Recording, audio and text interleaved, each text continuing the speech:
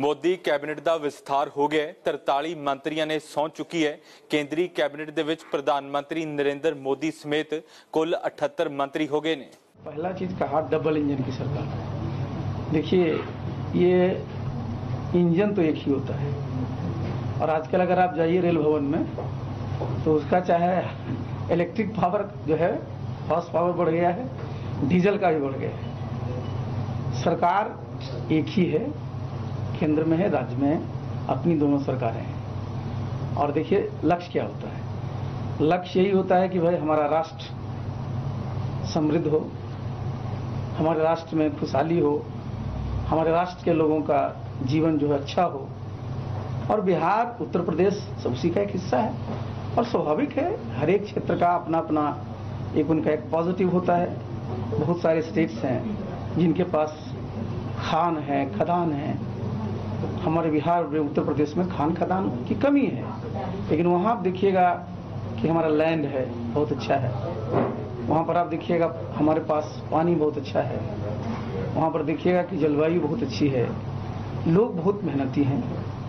ठीक बात है कि इन दोनों प्रदेशों में जितना औद्योगिकरण होना चाहिए वो नहीं हुआ है, लेकिन देखिए विकास में सिर्फ उद्योग ही नहीं होता है, बहुत सारे उसके फैक्टर्स होते हैं। और आजकल खास करके हमारे बिहार और उत्तर प्रदेश में मैंने बताया ना कि जो कोर जो वहाँ पर कोर हमारा जो स्ट्रेंथ है वो ह्यूमन रिसोर्स है, लैंड रिसोर्स है, वाटर रिसोर्स है और सबसे बड़ा चीज़ है क्या है कि जो एग्रीकल्चर का है।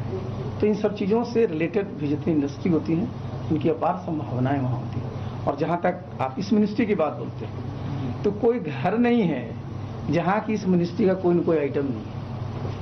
ठीक है बिहार में उत्तर प्रदेश में तो इसकी बड़ी यूनिट नहीं है, लेकिन अगर आप देखिएगा कि खपत के दृष्टिकोण से जो कंजम्पशन है तो मैंने बताया ना कि किसी घर में चले जाइए तो सब जगह आपको लोहे का सामान मिलेगा ही। तो इस मंत्रालय की बहुत बड़ी जो है जिम्मेवारी है देश की जो हमारी आर्थिक जो उन्नति है उसको आगे करने की। और हमारे माननीय प्रधानमंत्री का जो सपना है 5 ट्रिलियन जो हमारी इकोनॉमी करना है उसमें बहुत बड़ा इसका योगदान होगा। और हम सब लोगों का यही प्रयास होगा कि जो भी जिम्मेवारी जो मैंडेट इस मिनिस्ट्री को दिया गया है उसको हम लोग प्राप्त करने में कामयाब हो सकें। वही सर महंगाई और निजीकरण से भी जो निजीकरण का लगातार कर रहा है। देखिए आपने एक बहुत अच्छा मामला भी आपने छोड़ा, निजीकरण। मैं बताऊंगा आपको तो आपको अन्यथा मत लीजिए। अभी कोरोना काल में जिस सेक्टर में सबसे ज्यादा काम हुआ है और वो है कृषि क्षेत्र। आप जानते हैं कृषि क्षेत्र का जो अचीवमेंट है 3.1% रहा है। दुनिया के सबसे बड़े लोकतंत्र में जहां मोदी जी ने देश को आगे ले जाने का बहुत शानदार काम किया है पिछले 7 वर्षों में, सूचना प्रसारण मंत्रालय के माध्यम से हम कैसे और जन जन तक पहुंच पाएं और क्या क्या काम जो पीछे मुझसे पूर्व बहुत बड़े लोगों ने यहाँ पर किए हैं उनको मैं भी आगे बढ़ा पाऊं। वहीं दूसरी ओर जो जिम्मेदारी माननीय प्रधानमंत्री जी ने मुझे दी है मैं उस पर खरा उतरने का हर संभव प्रयास करूंगा। जो विश्वास व्यक्त किया है उस पर खरा उतरने का प्रयास करूंगा और आशा करता हूं कि आप सबके सहयोग से इस जिम्मेदारी का निर्वहन ठीक ढंग से कर पाऊंगा। सर सुषमा जी, अरुण जेटली, वेंकैया नायडू तमाम लोग इस मंत्रालय में रहे और अब आप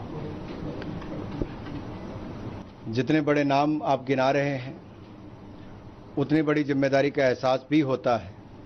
इसलिए मैंने कहा जो विश्वास व्यक्त माननीय प्रधानमंत्री जी ने किया है उनके विश्वास पर खरा उतरने का प्रयास करूंगा और इस जिम्मेदारी को ठीक से निभाने का हर संभव प्रयास करूंगा। उसमें आप सबका सहयोग भी चाहिए होगा।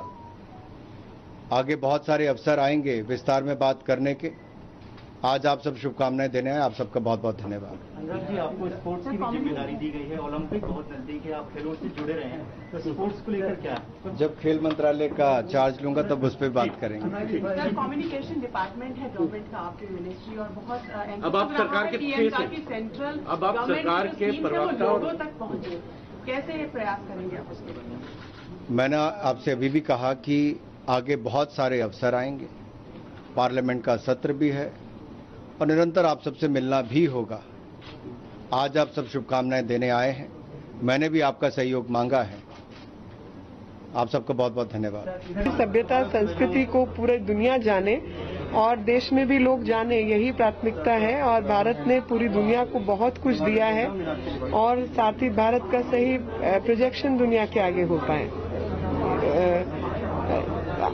यही विदेश नीति है। किसी भी देश का, जो भारत ने इतना सब कुछ दुनिया के लिए किया और इतनी पुरानी सभ्यता है, उसकी जानकारी सबको प्राप्त हो और भारत को जो जो चीजों की जरूरत है बाहर से, वो हम दूसरे देशों से ला सके। मैम, विदेश राज्य मंत्री आपके सामने निश्चित रूप से चुनौती हर काम में है और जब चुनौती है वो बैलेंसिंग की काम होता है और जब चुनौती आएगी तो उसको उसी जरिए से डील भी किया जाएगा।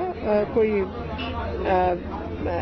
ऐसा विषय नहीं है कि जिससे कोई घबराने की जरूरत है। देखिए, हेरिटेज को लेकर और इन तमाम चीजों को लेकर प्रोटेक्शन की आवश्यकता है और उस प्रोटेक्शन के साथ साथ बदलते हुए समाज को भी जरूरतें हैं, उन दोनों का बैलेंस करना जरूरी है, वो किया जाएगा। डीपली तो तभी बोलेंगे जब हम ब्रीफिंग में एक एक चीजें देखेंगे। प्राथमिकता जो हमारी सरकार की है उससे हम बाहर नहीं है, वही हमारी प्राथमिकताएं हैं। सारी प्राथमिकताएं पहले से फिक्स हैं। मंत्री जी, लेकिन स्थानीय समीकरण को ध्यान में रखकर आपको मंत्री बनाया गया है, इसलिए कि लगता है कि बतौर नहीं, हमारे देश में ही बहुत ज्यादा पर्यटक आते रहते हैं। धार्मिक पर्यटन अलग है और जो घूमने के उद्देश्य से आते हैं वो पर्यटन हमारा अलग है। उसके पूरी तरह से स्टडी करने के बाद पता लगेगा कि हमें और क्या क्या करने की आवश्यकता है। वैसे काफी कुछ इस क्षेत्र में कर रहे हैं और लगातार ये फील्ड ऐसा है कि लगातार बढ़ते ही जा रहा है। मेरा आखिरी सवाल है कि उत्तराखंड को लेकर आपकी कोई योजना है? देखिए, योजना बनेंगी, बहुत सारी हैं दिमाग में। अभी तो चार्ज लिया ही है, मैंने कहा ना, ब्रीफिंग वगैरह सारी चीजें लेंगे, क्योंकि उत्तराखंड तो देवभूमि है वैसे भी, जैसे हिमाचल है, उत्तराखंड है। हमारे वहां पूरे भारत को अगर हम देखें तो कहीं न कहीं हमको कुछ न कुछ पर्यटन में ऐतिहासिक चीजें मिलती रहती हैं। कोई प्रदेश ऐसा अछूता नहीं है। सारी स्टडी करने के बाद तब एक एक करके उस पर काम प्रारंभ होगा। एक और सवाल मंत्री जी, 4 धाम यात्रा है उत्तराखंड में, काफी मशहूर है और वो 4 धाम यात्रा को रोक दिया गया है, तो कहीं न कहीं जो लोकल लोग जो रोजगार मिलता था। देखिए, उसमें सर्वोच्च न्यायालय में मामला चल रहा है, उसके आधार पर ही कोई डिसीजन होगा। जो न्यायालय डिसीजन करेंगे उसको सब मानने के लिए बाध्य होंगे। अभी उस पर टिप्पणी करना ठीक नहीं है क्योंकि मामला सब जुडिस है। Technology power, future demographic power ആക്കാനുള്ള 2 പ്രോഗ്രാംസ് ആണ്. അതിൽ ഞാൻ ഒരു ചെറിയ ഒരു റോളെടുത്ത് കോൺട്രിബ്യൂട്ട് ചെയ്യുന്നത് ഒരു വലിയൊരു പ്രിവിലേജ്, ഒരു ഓണറാണ്. ഇതിൻ്റെ result I hope, as is the vision of the Prime Minister, to create jobs, prosperity for the youth of India and youth all over India. In English, I'll say a few words in English. It is a great honor and a privilege for me to be given this opportunity to serve in this ministry. Thanks to the Prime Minister of our country, Prime Minister Narendra Modi ji, giving me this opportunity. As you are aware, Digital India and Skill India are 2 tremendously important pillars that will shape the future of our country, shape the future prospects of the youth of our country. And I'm pleased, honored and indeed privileged to be working with the team at METI and of course the team at the Skill Development Ministries to be able to realize the vision of Prime Minister Narendra Modi ji of creating an Atmanirbhar Bharat, of creating a new India that is prosperous and that creates opportunity for every young Indian in every part of this country. So it is indeed with great feeling of the work to do that I take take charge of my office today. Thank you. One question regarding Kerala. India main IT hub ആണ്. So കേരളത്തിന് താങ്കൾ എന്ത് പ്രതീക്ഷിക്കാം? ഇല്ല, കേരള ഒരു IT ഹബ്ബാണ്, Bangalore IT ഹബ്ബാണ്, Hyderabad IT ഹബ്ബാണ്, Noida, Gurgaon, Pune. അതേമാതിരി ഈ ദേശത്തിലെ എല്ലാ സിറ്റീസ്, എല്ലാ സ്റ്റേറ്റിലും IT ടെക്നോളജി സ്കില്ലിംഗ് ഇങ്ങനെ ഒരു റെവല്യൂഷൻ ഉണ്ടാക്കണമാണ് പ്രൈം മിനിസ്റ്റർ മോദിജിന്റെ ഒരു വിഷൻ. അപ്പോൾ ഉള്ള സ്ഥലത്ത് എക്സ്പാൻഡ് ചെയ്യുക, ഇല്ലാത്ത സ്ഥലത്ത് സ്റ്റാർട്ട് ചെയ്യുക, അതാണ് ഈ മീറ്റിംഗിന്റെ പ്രിൻസിപ്പൽ ഒബ്ജക്റ്റീവ്. ਇੱਥੇ ਰੁਕਦੇ ਹਾਂ ਛੋਟੇ ਜਿਹੇ ਬ੍ਰੇਕ ਦੇ ਲਈ। ਤੁਸੀਂ ਦੇਖਦੇ ਰਹੋ ABP ਸਾਂਝਾ।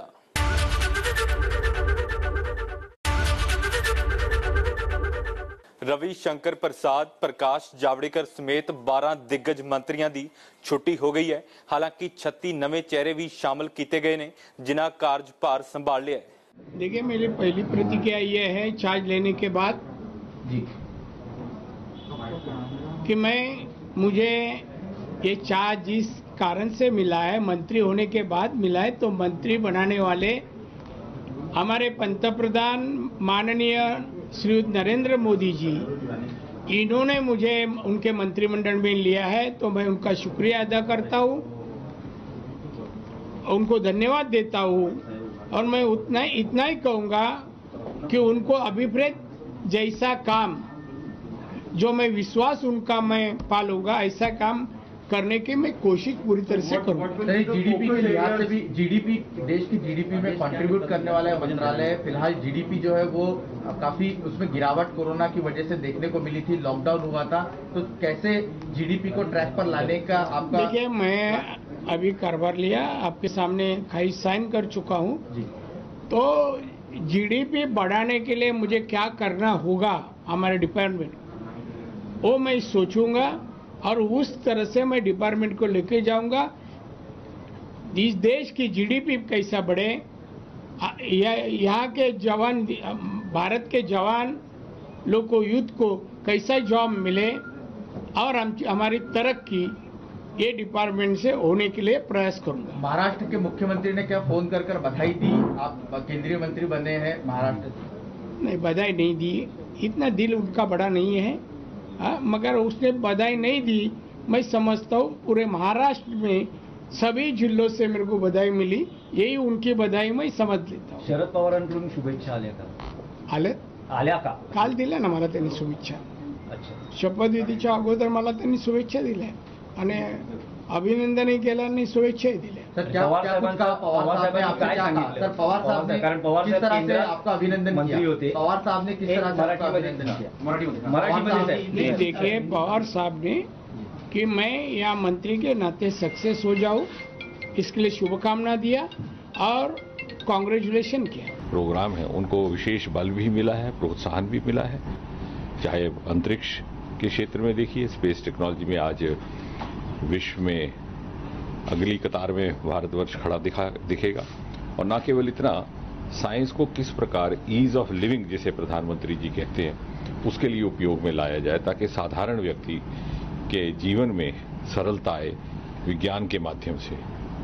और मुझे उम्मीद है कि आप सबकी शुभकामनाओं के साथ परमात्मा हमें इतनी क्षमता दे, इतनी समझ दे कि हम प्रधानमंत्री जी द्वारा निर्धारित किए हुए लक्ष्य और उनके द्वारा कल्पना किए हुए सारे विज्ञान संबंधी कार्यों को संपन्न कर सके और भारत के आम नागरिक के जीवन में उसको सरलता और उसके जीवन को आसान बनाने में अपना योगदान निभा सके। मैं धन्यवाद अर्पित करना चाहता हूं हृदय की गहराइयों से प्रधानमंत्री नरेंद्र मोदी जी के प्रति, हमारे पार्टी के अध्यक्ष जेपी नड्डा जी के प्रति, हमारे गृह मंत्री अमित शाह जी के प्रति, कि जो जिम्मेदारी उन्होंने दी है पूरे लगन के साथ, मेहनत के साथ और संकल्प के साथ उनकी अपेक्षाओं पर खड़े उतरने की कोशिश है। बहुत बहुत धन्यवाद। प्रधानमंत्री श्री नरेंद्र मोदी जी देश की प्रोग्रेस, प्रॉस्पेरिटी के लिए परिश्रम और परिणाम को हमेशा प्राथमिकता देते रहे हैं और देश का प्रोग्रेस और प्रॉस्पेरिटी सबसे ज़्यादा प्रायोरिटी है प्रधानमंत्री नरेंद्र मोदी जी के लिए। और निश्चित तौर से आज देश तमाम संकटों के बावजूद, तमाम चुनौतियों के बावजूद आज देश जो है वो मजबूती के साथ उस संकटों से उबर रहा है, तो उसका एक ही कारण है कि प्रधानमंत्री नरेंद्र मोदी जी की मजबूत इच्छा शक्ति और संकल्प, और पूरी टीम इकाई है, और उस टीम के साथ उस टीम को भी प्रधानमंत्री जी के विजन, और प्रधानमंत्री जी जितनी मेहनत करते हैं उतनी मेहनत तो कोई नहीं कर सकता, लेकिन उस मेहनत से मैच जरूर करना होगा। जी, नई मिनिस्ट्री में एडिशन हुआ है, मिनिस्ट्री ऑफ कॉर्पोरेशन, जो कि दिया गया है होम मिनिस्टर अमित शाह जी को। क्या देखते हैं, क्या नया विजन रहेगा इसके चलते? देखिए, विजन तो पूरे की पूरी सरकार का है, और अमित भाई एक बहुत ही अनुभवी लीडर हैं, उनका राज्य से लेकर के और केंद्र तक बहुत अनुभव है। जी, जो है वो कैबिनेट मिनिस्ट्री, जो जिस तरह से नई कैबिनेट टीम बनाई गई है, उसको लेके बोल रही है कि इस्तीफा तो पीएम को देना चाहिए। यार, कांग्रेस की बात, बेगानी शादी में अब्दुल्ला दीवाना, अब इनको क्या मतलब है? और मुझे लगता है कि केवल विरोध के लिए ही विरोध करना है, तो फिर करते रहिए आप, आपका हाशिर वही होगा जो हो रहा है। जी सर, 5 लाख रुपए का फाइन लगाया गया था, जो उनका कैलकाटा हाईकोर्ट में जो केस चल रहा था नंदीग्राम को लेकर। देखिए, तृणमूल कांग्रेस और उसकी लीडर जिस तरह से संवैधानिक मूल्यों और संवैधानिक संस्थाओं की धज्जियां उड़ा रही हैं, जिस तरह से अराजकता और उद्दंडता पराकाष्ठा पर है, उसको जो है वो सभी संवैधानिक संस्थाएं भी समझ रही हैं, समाज भी समझ रहा है, और पश्चिम बंगाल के लोग भी समझ रहे हैं। प्रधानमंत्री जी ने जो दायित्व दिया है आज मंत्री का, तो जनता का सेवा के लिए है ना, और प्रधानमंत्री का जो आदेश है, सब एक टीम बनाया गया, उस टीम के तहत हम लोग मिल के पूरा देश का जनता के लिए काम करेंगे, और विशेषकर हमारे क्षेत्र में चाय बागान मजदूर रहते हैं, ज़्यादातर माइनॉरिटी भी बहुत सारा है, और विशेषकर किसान सब है, और सबके लिए हमको काम करना है। इसीलिए आज ये पदभार हम संभाले हैं। आगामी दिन हम लोग सब मिल के पूरा पश्चिम बंगाल को, जिस प्रकार से अभी वर्तमान जो सरकार है, हम लोग थोड़ा डरे हुए हैं, वहाँ का जनता डरे हुए है, उसको और फिर से शांति चाहते हैं, और शांति तो तभी आ सकता है जब डेवलपमेंट होगा। तो इसीलिए आगामी दिन हम लोग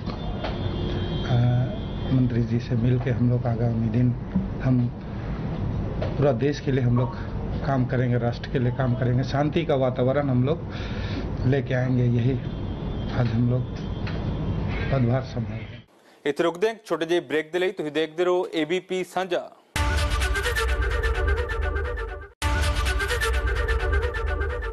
ਨਵੀਂ ਕੈਬਨਿਟ ਦੇ ਵਿੱਚ ਉੱਤਰ ਪ੍ਰਦੇਸ਼ ਅਤੇ ਗੁਜਰਾਤ ਜਿਹੇ ਸੂਬਿਆਂ ਨੂੰ ਪਹਿਲ ਦਿੱਤੀ ਗਈ ਹੈ, ਜਿੱਥੇ ਅਗਲੇ ਸਾਲ ਵਿਧਾਨ ਸਭਾ ਚੋਣਾਂ ਹੋਣੀਆਂ ਨੇ।